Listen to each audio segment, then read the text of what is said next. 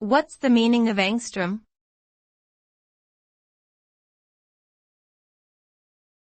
Angstrom.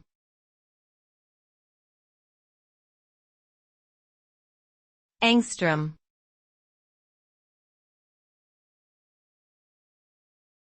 Angstrom.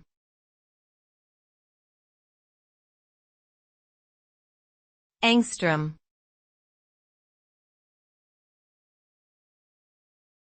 Angstrom.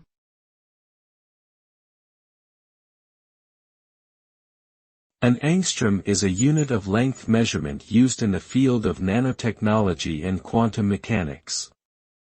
It is named after the Swedish physicist Anders Jonas Angstrom. 1 angstrom is equal to 10⁻10 meters, or 1/10,000,000th of a meter. This unit is commonly used to describe the size of atoms, molecules, and other small particles.